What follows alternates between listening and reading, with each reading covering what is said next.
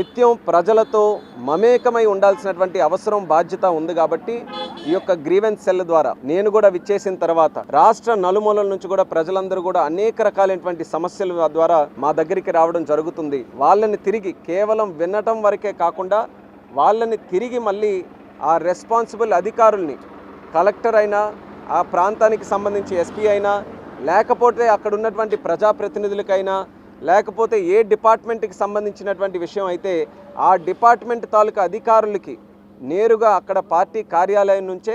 ఆ సమస్యని వివరించి అది వీలైనంత త్వరగా టైం బౌండ్గా అది పరిష్కరించేటటువంటి విధంగా కార్యాచరణ కూడా రూపకల్పన చేయడం జరిగింది. ఇది ఏదో మేము పార్టీ పరంగా ఒక గొప్ప కార్యక్రమం చేస్తున్నామని దీనికంటే ప్రజలకి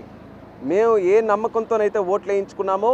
ఆ నమ్మకాన్ని నిలబెట్టి ప్రజల తాలూకా ఎక్స్పెక్టేషన్స్ని ప్రజల తాలూకా సమస్యల్ని పరిష్కరించాలనే బాధ్యతతో ఈ కార్యక్రమాన్ని జరుపుకుంటున్నాం.